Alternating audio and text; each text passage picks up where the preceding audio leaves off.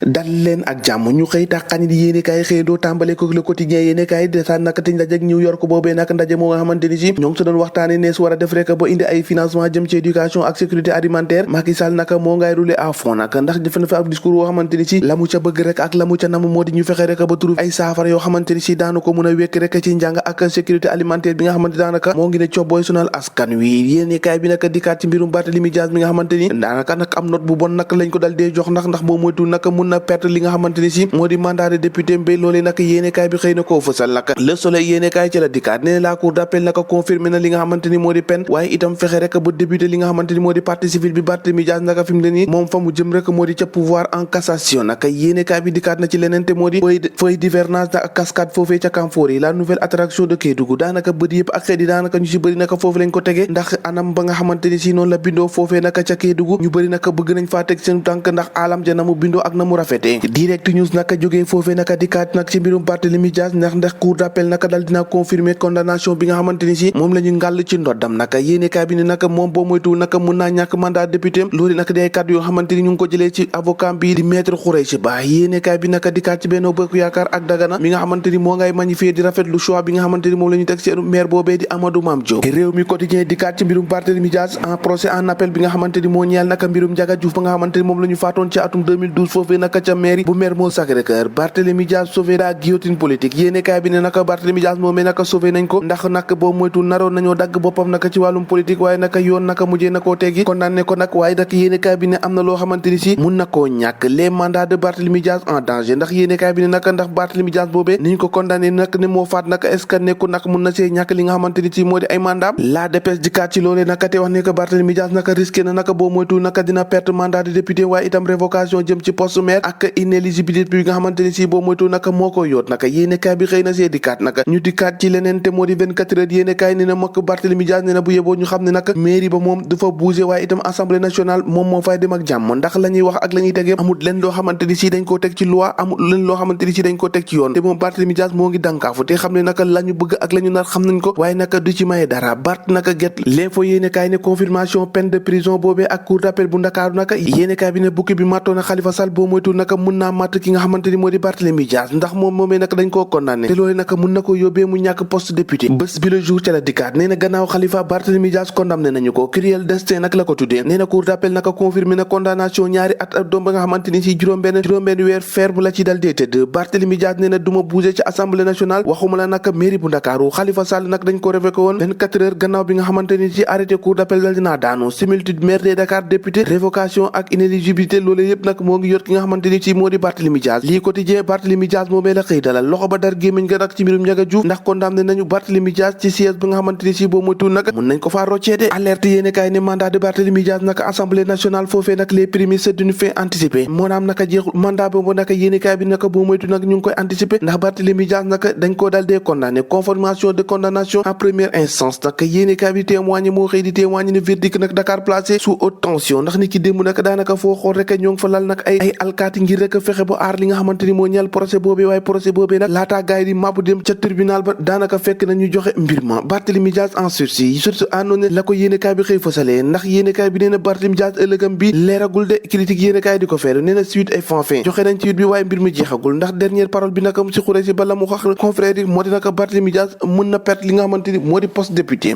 problème yaa ngay tàmbali nag leneen lu tàmbali ci libération yéenekaay moo di assassinat Aminata Touré naka ñu gën koo xam ci méta foofee ca Kolda premier suspect naka déféré nañ leen ca parquet ba proche de la victime naka ñi nga xamante ni ay jege ñaali ko ñu faatoon nag ñu tuddee ko méta déclaration yi dañ